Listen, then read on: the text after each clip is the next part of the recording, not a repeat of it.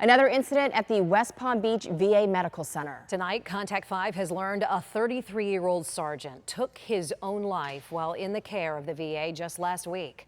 Only on 5 tonight, investigator Sam Smink spoke to his family and explains what the VA says will now change. Sam? Hearing Bruce Dash's family speak about this great man, this dedicated father of 3, this loving husband will bring you to tears. His aunt and sister-in-law tell me that the soldier, the sergeant, deployed to Iraq twice and was in the Army for almost 10 years. Bruce had just graduated from Palm Beach State College with a degree in IT and was looking for a job. But according to family, a few weeks ago, he started to act erratic, not being able to sleep. I'm told Bruce suffered from PTSD and his family sent him to the VA because they thought he'd be safe. He and his wife, Emma, who works at the VA Medical Center herself as a pharmacy tech, were high school sweethearts and together for 13 years. I felt like I didn't see love in a way until I saw them together.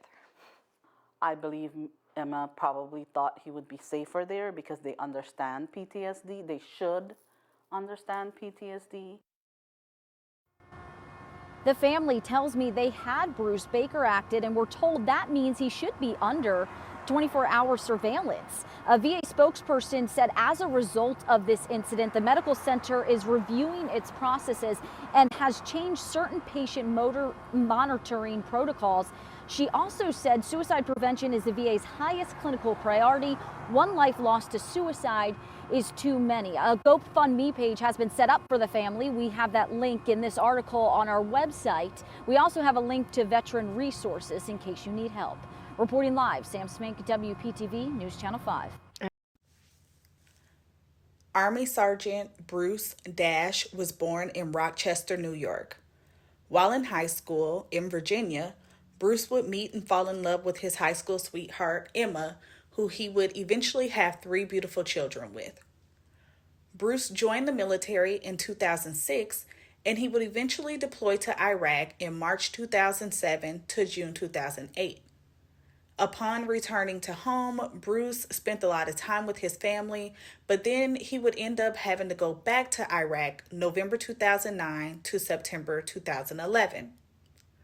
According to his wife, deployments were tough on Bruce and his family.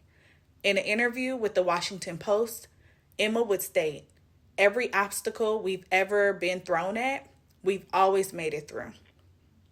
Bruce would be honorably discharged from the Army in 2015, leaving with the pursuit of furthering his education in IT. Bruce would start to seek compensation from the military for depression and PTSD. Over the years, Bruce would begin to exhibit mental health declines, and he had attempted suicide before in 2016. In early March 2019, Bruce had been made aware that he had been overcompensated by about $20,000 from the military as part of his separation pay. Until he repaid that amount, Bruce's monthly disability compensation would be withheld. To add insult to injury, Bruce had just lost his job and he began to struggle financially. On March 11, 2019, Bruce was involuntarily committed to the VA Medical Center in West Palm Beach, Florida, as he had attempted to commit self-infliction by hanging himself earlier in the day at home. Bruce's family pretty much utilized the Baker Act, which is a law that enables families and loved ones to provide emergency mental health services and temporary detention for people suffering from a mental health crisis. In a nutshell, Emma was seeking help for her husband. She trusted the VA would take care of him, and then after 3 days, his discharge just continued to be delayed. So Bruce would find an empty room on the locked mental health unit, and he'd hang himself by a door. Bruce Dash was 33 years old when he committed self-harm. During VA investigations, it was found that cameras on the floor where Bruce was housed were inoperable for at least the past 3 years. It was found that if the cameras had been operating, staff could have intervened, preventing his death altogether. In addition, VA staff failed to conduct the required 15-minute safety rounds on Bruce that were required as an assessment for him. To keep it simple, the VA blatantly failed Bruce and his family. I did send him there because I thought it was the best place to handle the situation. A challenging situation for Emma Dash.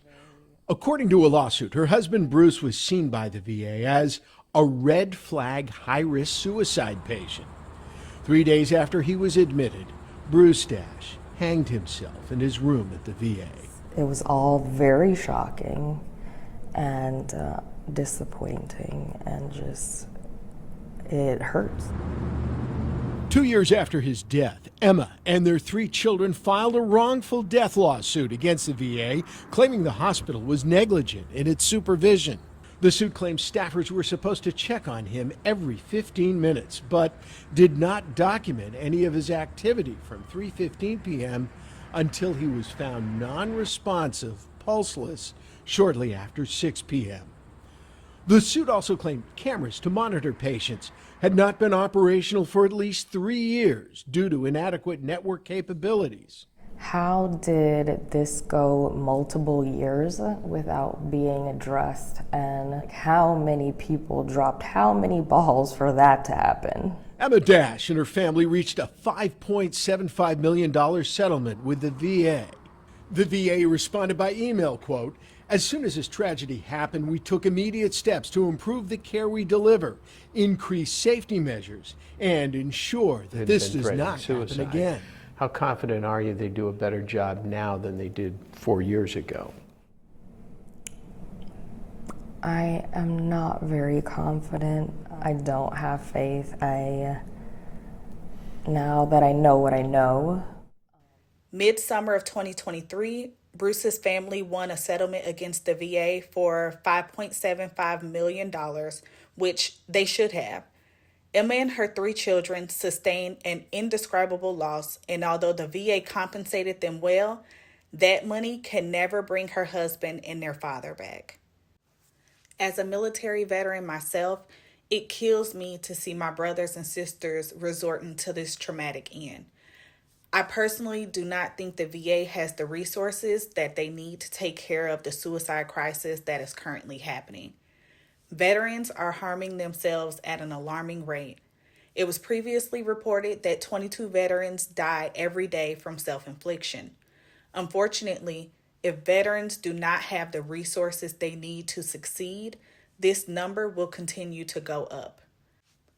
It is my prayer that Bruce's wife, Emma, and their children are able to continue to find the beauty in every single day.